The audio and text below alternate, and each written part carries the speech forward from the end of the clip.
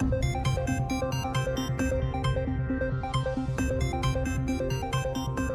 the Heartland Newsfeed Radio Network, this is Jake Leonard with your evening news break for Tuesday, May 8th.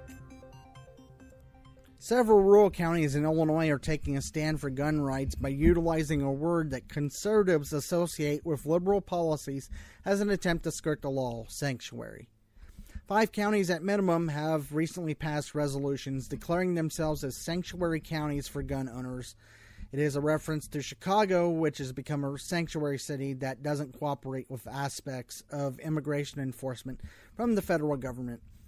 These resolutions are intended to put the Democratic Party-controlled General Assembly on notice that if it passes a plethora of gun bills, which includes new age restrictions for certain weapons, a bump stock ban, and a size limit for gun magazines, these counties will prevent gun retailers and their employees from enforcing the new laws.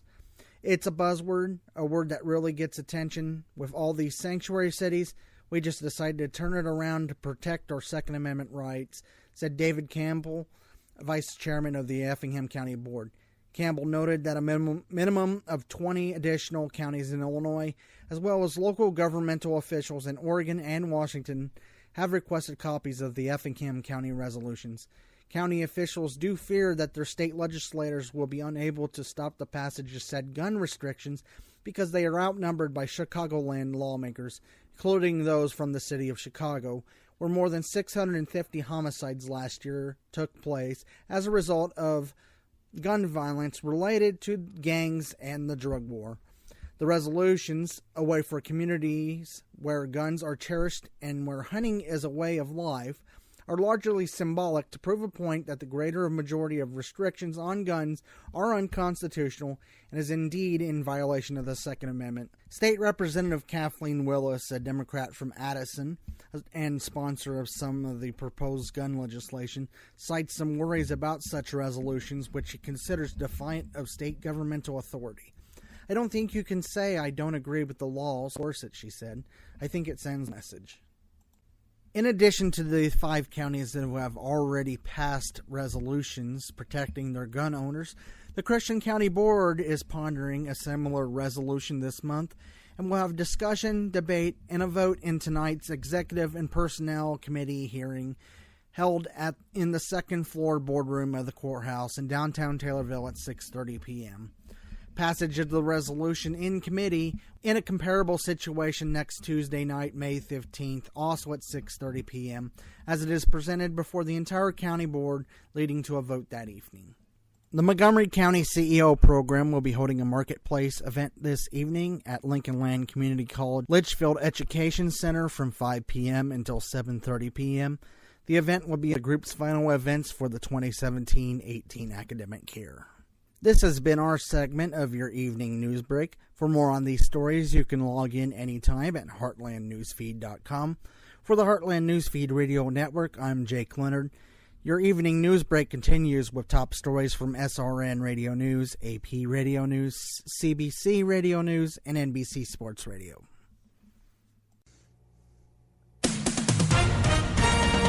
With SRN News, I'm Bob Agnew in Washington. President Trump has announced the U.S. will pull out of the nuclear accord with Iran. Here's White House correspondent Greg Clugston. Announcing the U.S. withdrawal from the deal, the president said Iranian sanctions will be reinstated. We will be instituting the highest level of economic sanction. And he argued that if the U.S. did nothing, we know exactly what will happen. In just a short period of time, the world's leading state sponsor of terror will be on the cusp of acquiring the world's most dangerous weapons. With his announcement, the president made good on a campaign promise and said the U.S. does not make empty threats. This White House correspondent Greg Clugston on Capitol Hill. Meanwhile, senators have been offering mixed reaction to the deal that was announced today as well. The Manhattan District Attorney's Office says it's opening a criminal investigation into accusations of physical abuse by New York's Attorney General Eric Schneiderman.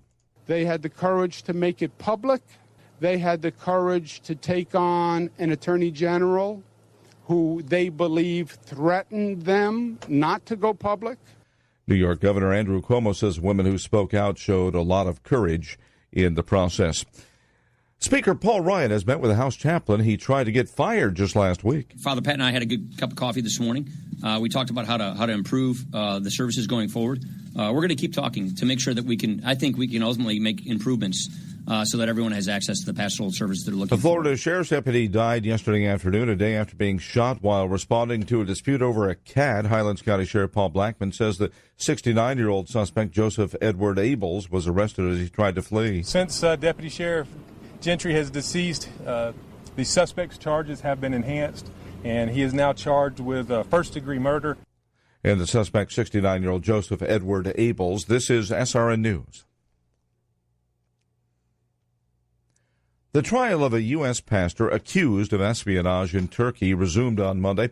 Patrick Foss reports that an anonymous witness claimed that the American helped Kurdish militants and aimed to create a Christian Kurdish state. Pastor Andrew Craig Brunson forcefully rejected the claim in the second session of his trial, insisting he never permitted politics to enter the church. The 50-year-old evangelical pastor from Black Mountain, North Carolina, faces up to 35 years in prison in Turkey on charges of committing crimes on behalf of terror groups without being a member and espionage. Patrick Foss reporting. Christians in Lebanon are concerned that the Hezbollah terrorist group scored major gains in parliamentary elections over the weekend. The vote further bolsters Iran's allies in Lebanon and neighboring Syria. Hezbollah has conducted war against Israel and persecuted Christians in the region. Iran is welcoming the election results, with the foreign ministry spokesman saying his country will support and cooperate with the government. This is SRN News.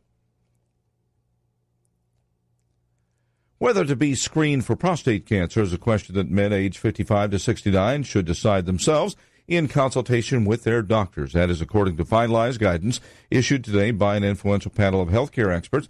Urologist Dr. Servinas Verganti with Rush University Medical Center says prostate cancer screenings should not be routine. Yes, we can cure prostate cancer when it is found at an early age or an early stage. However, what we don't want to do is find cancers in men who would otherwise not be harmed by their cancer, and we know that to be the case. New evidence suggests that PSA blood tests can slightly reduce the chances of dying from the disease for some men. Facebook says it's banning foreign advertisements related to Ireland's abortion referendum. That's amid concerns that North American groups may be trying to influence the outcome of that campaign. More details at srnnews.com. Hey, it's Steve Harvey here for the Illinois Broadcasters Association, and in a recent survey, the Illinois Emergency Management Agency was asked to name the top 5 items that every Illinois family needs to have in their home's emergency disaster kit. Check out these answers. Water, can't live without it. Number 2, non-perishable food. Well, after all, a man gotta eat, right? Number 3, weather radio, and make sure you got fresh batteries too. Number 4, flashlight. Even more reason to have fresh batteries on hand. Number 5, first aid kit. Look, there's no reason to feud over what items to put in your family's emergency disaster kit. Get the answers and more at ready.illinois.gov. That's ready.illinois.gov. Sponsored by the Illinois Emergency Management Agency, aired in cooperation with the Illinois Broadcasters Association and this station. Major art theft in Boston overnight. 2 thieves posing as police officers overpowered museum guards. Very dramatically said, "Gentlemen, this is a robbery." A part of our heritage has been stolen. This horrible thing occurred in 1990. Everything changed because of that. Someone on the inside helped the thieves. From the guys who brought you Missing Maura Murray and Crawl Space. Empty Frames will be available on Apple Podcasts or wherever you get your favorite podcasts on February 6th. Trump withdraws from Iran nuclear agreement. I'm Tim McGuire with an AP News Minute. President Trump reimposing sanctions on Iran while allowing businesses a grace period to wind down their activities with Iran. He says allowing the agreement to stand would have touched off a regional arms race. If I allowed this deal to stand, there would soon be a nuclear arms race in the Middle East. Everyone would want their weapons ready by the time Iran had theirs. European Union Foreign Policy Chief Federica Mogherini calls the agreement crucial for the security of the region, of Europe, and of the entire world. Senate Minority Leader Chuck Schumer says withdrawing from the pact only hurts the United States. The president said he would impose secondary sanctions on European and Asian allies. You're making it harder to go after Hezbollah. You're making it harder to go after Iranian activities that are really dangerous. I'm Tim McGuire. Major art theft in Boston overnight. 2 thieves posing as police officers overpowered museum guards. Very dramatically said, "Gentlemen, this is a robbery." A part of our heritage has been stolen. This horrible thing occurred in 1990. Everything changed because of that. Someone on the inside helped the thieves. From the guys who brought you Missing Maura Murray and Crawl Space. Empty Frames will be available on Apple Podcasts or wherever you get your favorite podcasts on February 6th. Today we decided to walk to school. The light counted. 15, 14, 41, 31, 13. We took a left on Carroll Street. Danny's smart, but he gets distracted. I realized he forgot his homework. I hope he doesn't have another bad day at school. When you can see learning and attention issues from their side, you can be on their side. That's why there's Understood.org, a free resource for the parents of the 1 in 5 kids with learning and attention issues. Go from misunderstanding to Understood.org. Brought to you by Understood and the Ad Council. They were outnumbered, out-equipped. They had no chance of winning, but they had one huge advantage: General George Washington. The fate of unborn millions will now depend, under God, on the courage and conduct of this army. We have to resolve to conquer or die. Just as the leadership of one man helped form a nation, today leadership can transform the world. Leadership is in you. Now pass it on from passiton.com. The U.S. is out of the Iran nuclear deal. A river of lava runs stronger and wider in Hawaii. From saints to sinners, a Catholic-themed Met Gala brings out the stars. This is Reuters Now. U.S. President Donald Trump on Tuesday announced he would pull the U.S. out of the Iran nuclear agreement. The move threatens to unravel the signature foreign policy achievement of President Barack Obama.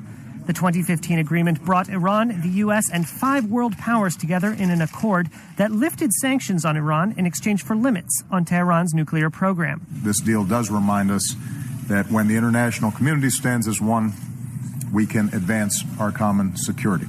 Reuters reported last week that Trump had all but decided to quit the arrangement, which he called one of the worst deals ever made. You know, in 7 years, that deal will have expired, and Iran is free to go ahead and create nuclear weapons. That's not acceptable. 7 years is tomorrow.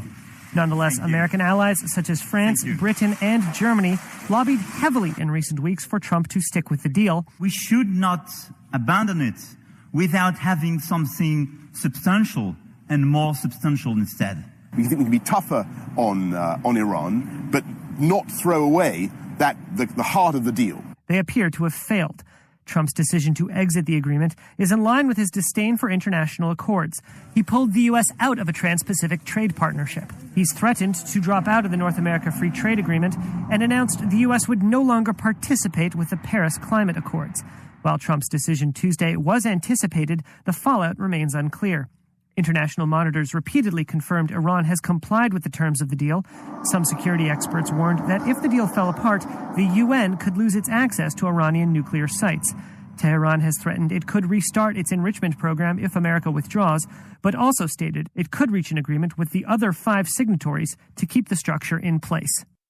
Wow! This is the backyard of Hawaii resident Keith Brock earlier in the week, which as of Tuesday has been completely engulfed by lava. Unbelievable. His house was one of at least 35 homes and buildings destroyed by the erupting Kilauea volcano. No way, dude. Emergency crews said they were ready to evacuate more people as fissures pouring red-hot magma are spreading into new areas of the eastern side of Hawaii's Big Island.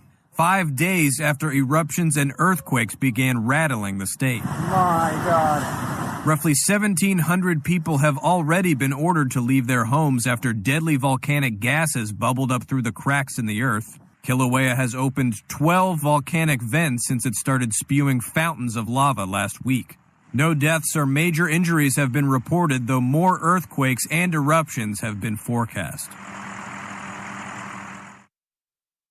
Special counsel Robert Mueller's team has turned down a proposal for President Trump to submit written answers to questions in the Russia probe.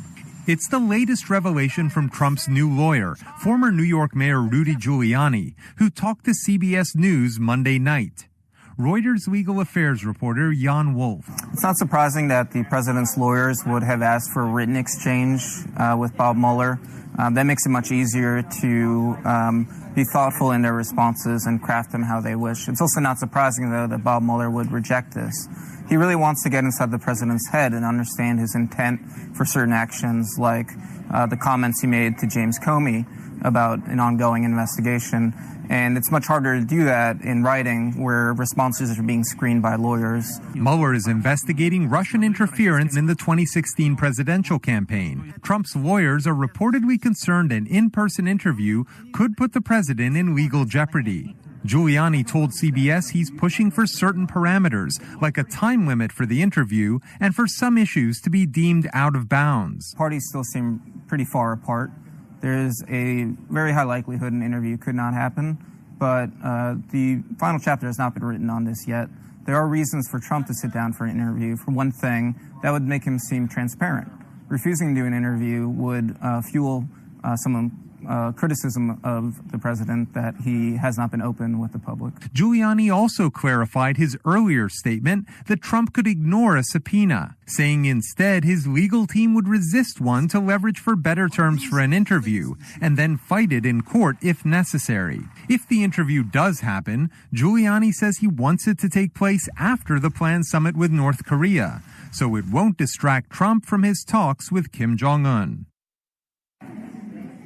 Midterm election season kicks into gear on Tuesday as primary voters head to the polls in West Virginia, Ohio, Indiana, and North Carolina. The Democrats and Republicans will be choosing their candidates for seats in the House and the Senate. First steps on a long road as the GOP tries to hold on to Capitol Hill amid a Democratic upsurge. Jim Oliphant is reporting the story. The three key races to watch on Tuesday are Senate primaries in Indiana, Ohio, and West Virginia. And that's because the Republicans that are running in each of these primaries are going to take on an incumbent Senate Democrat in the fall.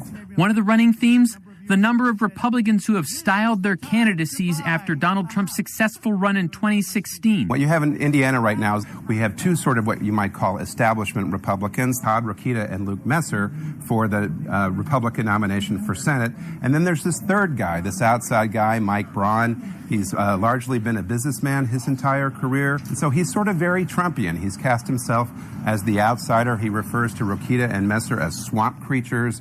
You have Mike Gibbons, another businessman. He's an investment banker in Ohio. He's trying for the Republican nomination there to take on Democrat Sherrod Brown in the fall. I care about getting some things done. And then most concerning for national Republicans is a guy named Don Blankenship in West Virginia, who's a former coal mining executive. And Republicans are very nervous about Blankenship. They see him as a flawed candidate. He's actually spent time in federal prison for some coal mining safety violations connected to a 2010 mine accident. Well, the theme to all three of these primaries in Indiana, Ohio, and West Virginia is that there is no daylight between any of these candidates and Donald Trump. There's nobody running as sort of a more moderate Republican. There's nobody who's criticizing the president for going too far, for his work on Twitter, or for Stormy Daniels, or anything else. China's state-run media revealed on Tuesday that Kim Jong-un had visited Chinese President Xi Jinping the day prior, what would appear to be the second secretive trip across that border by Kim in the last 2 months. This time, rather than go all the way to Beijing, the leaders are said to have met halfway at the Chinese city of Dalian on its southern coast. News of the visit comes, of course, during an apparently very rapid thaw between North and South Korea, and Kim's pledge to halt his nuclear weapons program, and ahead of that expected meeting between U.S. President Donald Trump and Kim. Trump tweeted moments after the news broke that he'd have a phone call with his, quote, friend, the Chinese president, that same morning about North Korea, as well as the harrowing trade negotiations that have brought fear of a trade war between the powers.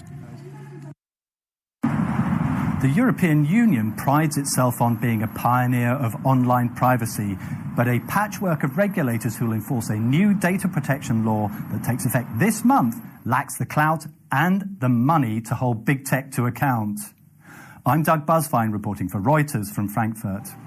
On paper, the General Data Protection Regulation, or GDPR as it's known, gives individuals greater clarity and more rights to control how companies handle information about them. It foresees hefty fines of up to 4% of a company's global revenues for serious breaches, yet it falls to a mishmash of regulators across the 28-nation bloc to uphold those standards. We sent the watchdogs a 4-question survey. 18 national regulators replied, as did 6 from the federal states that oversee data protection in Germany. More than 3/4 said they are underfunded, leaving them ill-equipped to bring tough enforcement actions against firms like Facebook or Google. And that matters. And it was my mistake. And I'm sorry. Facebook's admission that personal information of 87 million users was passed to Cambridge Analytica has raised concerns that that data was used to swing elections.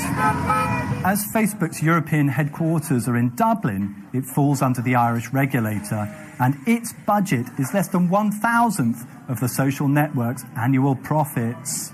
The UK watchdog is meanwhile investigating Cambridge Analytica, a British company. In our poll, only 3 other regulators said they were actively probing Facebook.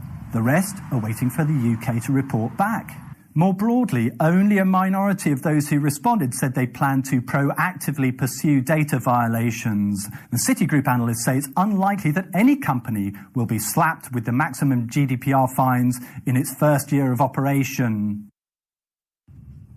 If the idea of Uber and Lyft delivering groceries while shuttling around passengers ever sounded far-fetched, it's now clear, indeed, it's much harder than expected. Reuters reporting exclusively that Walmart's partnerships with Uber and Lyft to deliver online groceries are now coming to a screeching halt. Reuters correspondent Nandita Bose broke the story. Uber is basically shutting down its Rush service, which is the one that delivered groceries. However, it seems like Walmart has been caught on the back foot here because as recently as March, they announced Uber as a partner. With Lyft, however, the partnership, from what we're told, never really took off. For Walmart trying to compete with Amazon on groceries, it's a potential setback, although Walmart says it won't impact plans to scale grocery delivery as they aren't tied to a single delivery company. But for ride-hailing apps, it's also one less revenue line. Former CEO of Uber, Travis Kalanick, spoke about the ultimate sort of cash-generating transportation service to be the one that transfers passengers in the backseat and carries groceries. This is definitely kind of putting an end to that as well. Since the dot-com boom, companies have tried to crack the business for online grocery delivery, and competition has gotten even more frenzied since Amazon bought Whole Foods last year. Media giant Comcast is preparing to gatecrash Disney's deal to buy most of 21st Century Fox. 3 people familiar with the matter on Monday told Reuters Comcast is talking to investment banks about financing an all-cash bid for much of Fox's TV and movie properties. Comcast is seeking $60 billion to back its bid, and that could trump Disney's $52 billion deal to acquire most of Fox. But sources say Comcast is waiting to make its bid until after a U.S. judge rules next month on whether telecommunications provider AT&T can go through with its acquisition of media conglomerate Time Warner. Sources say Comcast plans to make its offer only if AT&T and Time Warner prevail in court. Comcast, Fox, and Disney did not immediately respond to requests for comment. Archangels, Joan of Arc, and a Pope. The 2018 Met Gala brought out the world's biggest stars and some of the biggest hats. Part of this year's Catholic-themed costume ball in New York, where celebrities donned bejeweled crosses and heavenly gowns on the red carpet. Rihanna resurrected the gala with a holy ensemble, including a jewel-encrusted mitre and priestly cape. Katy Perry wowed in 6-foot-high wings, and Sarah Jessica Parker wore a nativity scene headpiece. But among the saints are always the sinners. Stars like Nicki Minaj channeled a more devilish side, choosing to wear red. while other outfits fell flat. Scarlett Johansson and Miley Cyrus didn't appear to get the memo, both just wearing simple dresses. The invitation-only event, which reportedly cost $30,000 to attend, is a fundraiser for the Metropolitan Museum of Art and marks the opening of the museum's annual fashion exhibition. This year's exhibit shows how fashion and Catholicism collide and features 50 vestments and other religious items direct from the Vatican. But not everyone was happy with the year's controversial theme, with some on social media saying, quote, "My religion is not your costume." Even before President Trump announced his decision Tuesday to pull out of the historic Iran nuclear deal, global oil markets were already pulling back from 3.5-year highs. The return of U.S. sanctions, which could limit Iran's ability to sell oil, will ultimately lead to higher oil prices, but not yet, says Reuters energy editor David Gaffin. There's going to be a lot of gnashing of teeth and back and forth over the Europeans and the business that they are starting to do and transact with Iran. But the expectation essentially is that ultimately this will pull supply off the market. And if it does that, that is, for the most part, bullish for oil prices. You would expect oil to rise on that, a few dollars. Would it be today or in the next day or two? Probably not. There is concern among some traders that by pulling out of the multinational agreement, the unintended consequence could be a flare-up of geopolitical tensions in a region responsible for 1/3 of the world's oil supplies. This is likely to embolden, politically the hardliners in Iran more than they have been as a result, because of the fact that their president, Rouhani, was part of this deal and wanted to push it through to try to relieve, sanctions from Iran. And if you have that removed, then they can credibly say, this isn't working, it's not helping our economy. And then you have people with a much more strident stance potentially in place to take power or take power back at some point. And there's another concern. What if Iran decides to start dumping oil in the market to get as much money as it can before any possible sanctions go into effect? Traders fear if that happens, the extra supply will drive oil prices lower. A clear path to real-world skills could make your dream career a reality. At St. Louis Community College, people from all walks of life can get a running head start on their future professions. Enroll today at pathtostlcc.com. This woman has lost her child. Her 16-year-old daughter was gang raped, then burned alive by her assailants. Indian authorities have now arrested several people connected to this case and others as grisly attacks against women in India continue to dominate headlines despite tougher penalties. Names of 18 accused have come to light in this matter, out of which 14 have been apprehended. The victim's father is pushing for a harsh punishment. He says since his child lost her life, the same should happen to her murderers. The incident has led to an outpouring of anger across India, one of several recent cases that have shaken the country. Overall, 22 people have been arrested in 3 separate rape cases, all involving teenage girls. In this hospital, a 17-year-old girl is battling for her life in another one of those 3 incidents. She was also raped and set on fire by her assailant. This comes less than a month after India approved the death penalty for the rape of girls younger than 12 and increased prison term for the rape of older girls and women, sparked by a particularly gruesome rape and murder of a Muslim girl in Jammu and Kashmir. Reported rape cases in India have climbed steadily in recent years to around 40,000 in 2016. Many more cases are believed to go unreported.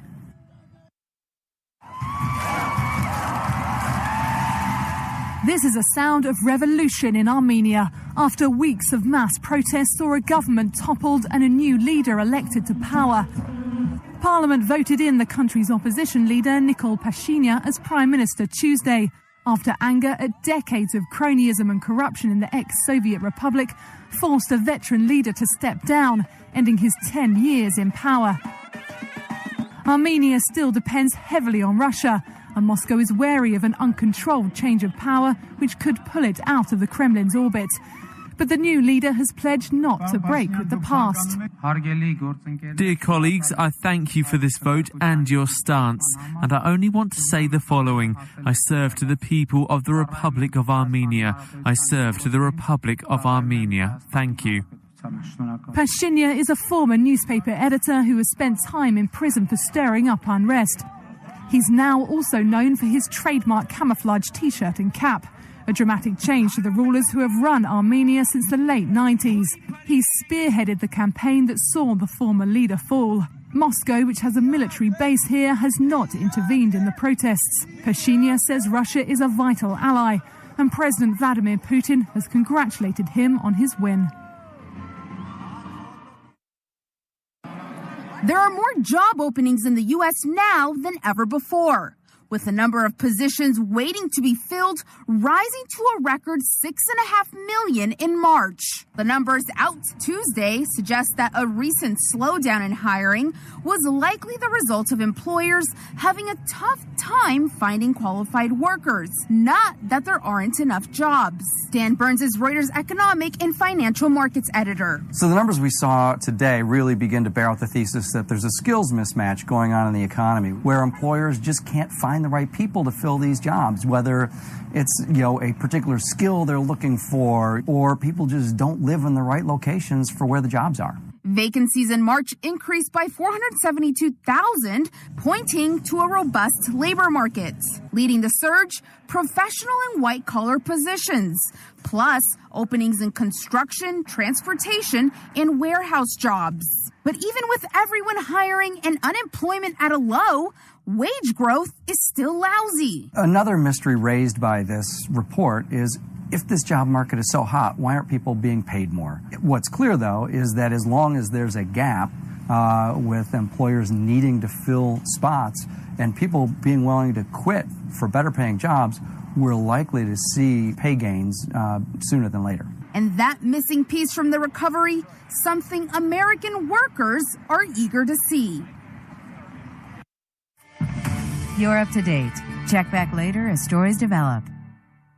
Early to bed, early to rise makes a man healthy, wealthy, and wise. And oh, was Benjamin Franklin wise. So you actually think electricity can pass through metal? Ha! Ben Franklin, go fly a kite. Excellent idea. Where are my keys? Besides the bifocals, Ben invented the Franklin stove, the odometer. Whoa! Oh, and the lightning rod. Ingenuity, pass it on. From the Foundation for a Better Life at values.com. From CBC News, The World This Hour, I'm Tom Harrington. It was a promise he made again and again on the campaign trail. Today, Donald Trump kept his word. The president effectively tore up an international agreement with Iran on nuclear weapons and reinstated sanctions against the regime. Keith Bogue has more. I am announcing today that the United States will withdraw from the Iran nuclear deal. As a candidate, Donald Trump campaigned against the 2015 nuclear deal with Iran. As president, he persistently criticized it as the worst deal ever. But still, there were those, such as French President Emmanuel Macron, who thought he would recognize in the end that pulling out of the deal would isolate the U.S. from its allies and only further destabilize the Middle East. They thought he wouldn't go through with it, but they were wrong. What happens next is unclear. Trump said it was a matter of fact that Iran would want to make a new and lasting deal, and he'd be open to that. But it's now also a fact that the U.S. under Trump does not keep the deals it makes on climate change, on international trade, and now on denuclearization. Keith Bogue, CBC News, Washington. The president's announcement was met with praise from Israel and Saudi Arabia, but European allies of the U.S., who are also signatories to the deal, are expressing their regret at the decision. In a joint statement, the leaders of the UK, France, and Germany pledged their commitment to the agreement. European Foreign Policy Chief Federica Mogherini calls the Iran nuclear deal one of the biggest achievements in international diplomacy. This deal belongs to each and every one of us, and together with the rest of the international community, we will preserve this nuclear deal. President Hassan Rouhani of Iran says if negotiations for an updated agreement fail, the Islamic Republic will enrich uranium more than before in the next weeks. In other news, if last night's leaders' debate was the opening act of the Ontario election campaign, the Conservative team seems to have taken the moment literally. They have acknowledged that actors were hired to play the part of supporters outside the debate location. Devanshu Narang is an actor who got a call from his agent yesterday. They said that they want about 20 people to take part in the rally, and they will be given Doug Ford's T-shirt to wear, and they have to basically act as supporters, at the rally. And they were going to pay only $75. We were supposed to be there from 2 p.m. to 8 p.m. A spokesperson for the Doug Ford campaign says the stunt was arranged by a local candidate and it won't be continuing. Asked about the actors, Ford said he was unaware of what had happened. Ontarians go to the polls on June 7th. The young man who shot and killed 4 people in La Loche, Saskatchewan, has been sentenced to life in prison. In January 2016, he killed 2 brothers at their home, then drove to the local community school. There, he killed 2 more people and wounded 7 others. Because the shooter was 17 years old at the time of the murders, he will be eligible for parole in 10 years. The publication ban, which prevents us from identifying him, remains in force. NDP leader Jagmeet Singh has suspended Quebec MP Christine Moore, and he says there will be an independent investigation into allegations of inappropriate conduct made against her. A former combat soldier in Afghanistan has accused Moore of acting inappropriately towards him in 2013. Karina Roman reports. New Democrat Christine Moore, the very MP who prompted an investigation into former NDP MP Aaron Weir for inappropriate behavior, is now the subject of an independent investigation herself. In a written statement, Moore says she welcomes the opportunity to participate in the investigation. The allegations come from Glenn Kirkland, a former combat soldier from Manitoba who survived a Taliban ambush in 2008. In 2013, he was asked to speak to the Defense Committee about how the military treated him as an injured soldier with PTSD. He says afterwards Moore asked him to her office, offered him booze, and ended up spending the night with him at his hotel. Kirkland says there was a power imbalance considering her position and his emotional state. And he says she pursued him after he returned home. Karina Roman, CBC News, Ottawa. And that is your world this hour. For CBC News, I'm Tom Harrington.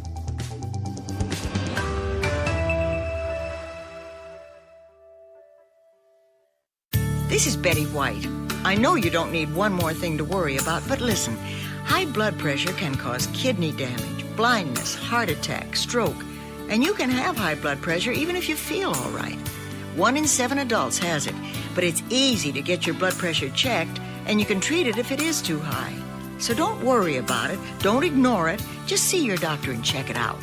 For your free booklet, visit the Will Rogers Institute at wrinstitute.org and find us on Facebook and Twitter.